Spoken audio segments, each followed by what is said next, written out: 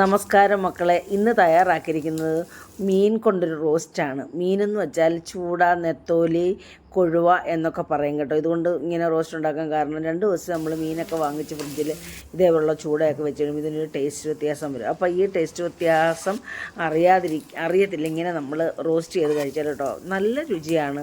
ചോറ് കഴിക്കാൻ വളരെ നല്ലതാണ്. ഇതിനകത്ത് ചേർത്തിരിക്കുന്ന ഗ്രേവിയൊക്കെ ചേർത്ത് ഈ ഒരു റോസ്റ്റ് മാത്രം മതി നമുക്ക് ചോറ് കഴിക്കാൻ. പിന്നെ എന്തെങ്കിലും സൈഡ് ഡിഷ് കൂടെ ഉണ്ടെങ്കിൽ ഏറ്റവും നല്ലതാണ്. അപ്പം ഒരു തവണയെങ്കിലും ഇങ്ങനെ വെച്ച് നോക്കി കഴിച്ചെങ്കിൽ ഇതിൻ്റെ രുചി നമുക്ക് മനസ്സിലാവുള്ളൂ കേട്ടോ.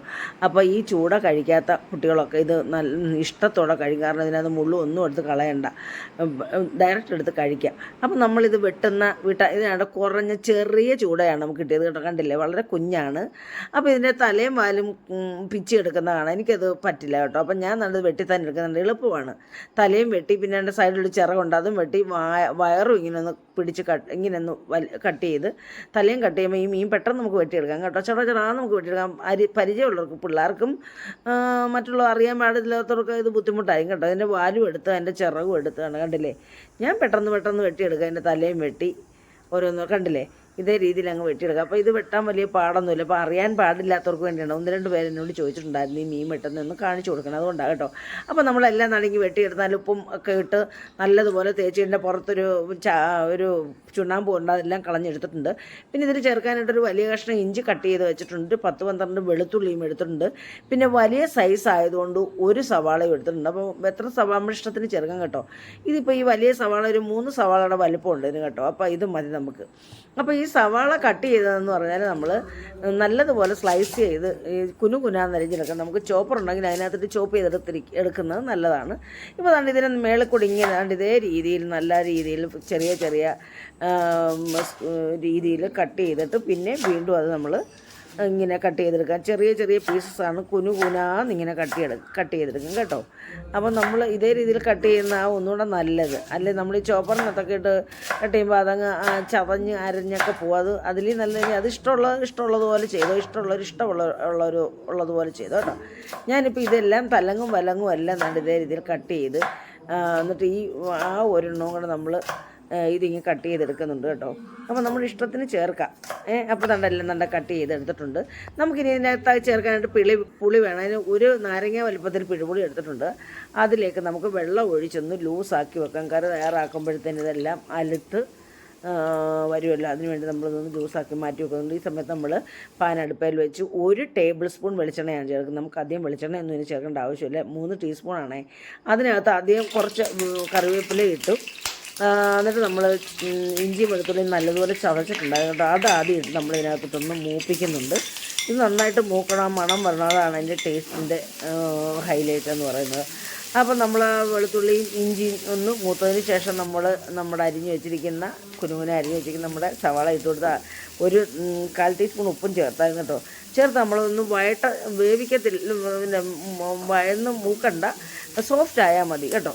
ഈ സോഫ്റ്റ് ആയി കഴിയുമ്പം നമ്മളിതിലേക്ക് മസാലപ്പൊടികളായ 1/2 ടീസ്പൂൺ മഞ്ഞൾപ്പൊടി, 1 ടേബിൾ സ്പൂൺ കണക്കാക്കി നമ്മുടെ എരിവനുസരിച്ച് ചേർക്കാം മുളക് പൊടി, പിന്നെ 1/2 ടീസ്പൂൺ ഇങ്ങനെ കുരുമുളക് പൊടി, പിന്നെ ഇതിനകത്ത് നമ്മൾ മല്ലി ചേർക്കുന്നുണ്ട്, ഇപ്പം ചേർക്കില്ല.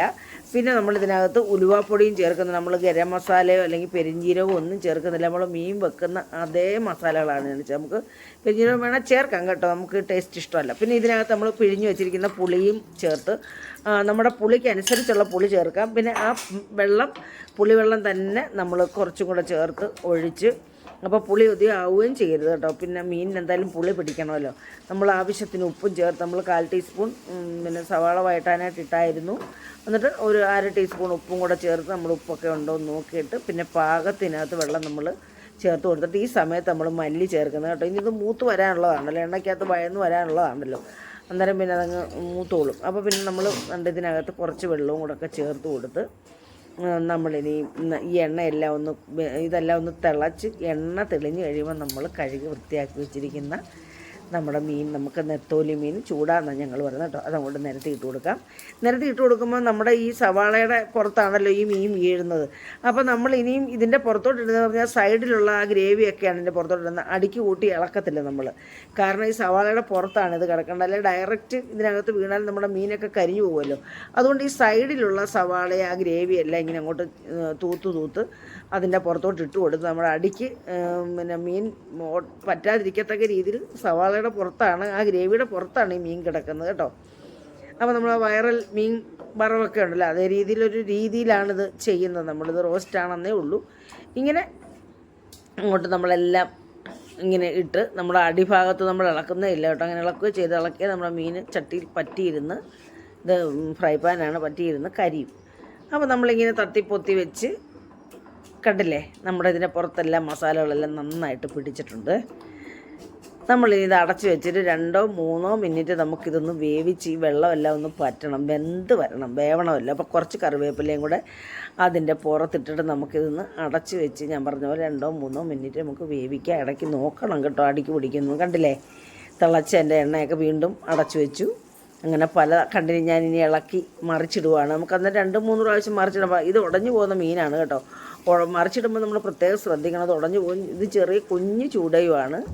എന്തൊരു ടേസ്റ്റാണെന്നറിയോ മക്കളെ, ഒരു തവണയെങ്കിലും ചെയ്ത് നോക്കണം കേട്ടോ. ഭയങ്കര അപാര ടേസ്റ്റ്. ഞാൻ പിന്നെ ഗ്രേവി മൊത്തം എനിക്ക് അങ്ങനെ കഴിക്കാൻ പറ്റില്ല, അസിഡിറ്റി ഒക്കെ ഉള്ളൂ. പക്ഷേ ഞാൻ മൊത്തം കഴിച്ചു കേട്ടോ. അപ്പോൾ തന്നെ പല തവണ നമ്മൾ അടച്ചും തുറന്നും വെച്ച് അത് പറ്റിച്ച് കണ്ടില്ലേ, നമ്മുടെ ചട്ടിയിലൊന്നും പിടിച്ചിട്ട് ഒന്നുമില്ല. നമ്മുടെ മീൻ വെന്തു, നമ്മുടെ ഗ്രേവി എല്ലാം നമ്മുടെ മീനിനകത്ത് പിടിച്ച് നല്ല ടേസ്റ്റും ഉണ്ട് കേട്ടോ. എന്നിട്ട് പിന്നെ നമ്മൾ ഉലുവ ചേർക്കുന്നതിനകത്ത് നമ്മൾ പെരിഞ്ചീരം ചേർക്കില്ല കേട്ടോ. പിന്നെ ഉലുവ ചേർക്കാതെ വേണം പെരിഞ്ചീരം വേണം ചേർക്കുന്നവർക്ക് ചേർക്കാം കേട്ടോ. നമ്മൾ ചേർക്കത്തില്ല, നമുക്ക് ഇതാണ് ഇഷ്ടം, ഈ ടേസ്റ്റാണ് ഇഷ്ടം കേട്ടോ.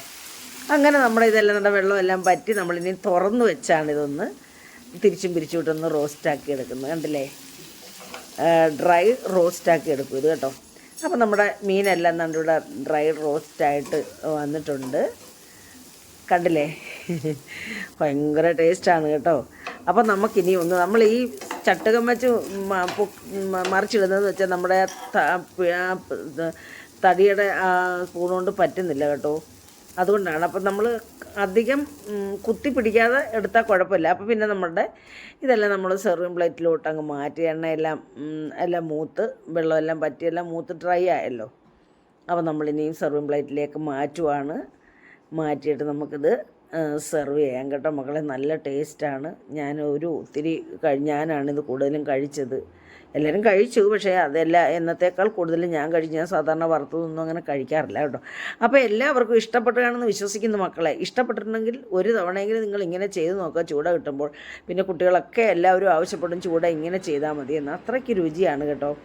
അപ്പോൾ ഒരു തവണയെങ്കിലും അപ്പോൾ അതുപോലെ തന്നെ അമ്മയ്ക്ക് സപ്പോർട്ട് ചെയ്യുക. പഴയതുപോലെ ലൈക്കും കമൻറ്റും സബ്സ്ക്രൈബും ആദ്യമായിട്ട് കാണുന്ന മക്കൾ സബ്സ്ക്രൈബും ചെയ്ത് ഓളെന്ന ഓപ്ഷൻ കൂടെ കൊടുത്ത് ഹൈപ്പും കൂടെ ഒന്ന് ചെയ്ത് അമ്മയെ സഹായിക്കണം. ആദ്യമായിട്ട് കാണുന്ന മക്കൾ സബ്സ്ക്രൈബ് ചെയ്യണം. അടുത്ത ഒരു നല്ല വീഡിയോ ആയിട്ട് വരുന്നവരെയും മക്കളെ എല്ലാവർക്കും ഈ അമ്മയുടെ നന്ദി, നമസ്കാരം. ഞാൻ ചകഞ്ഞെടുക്കും.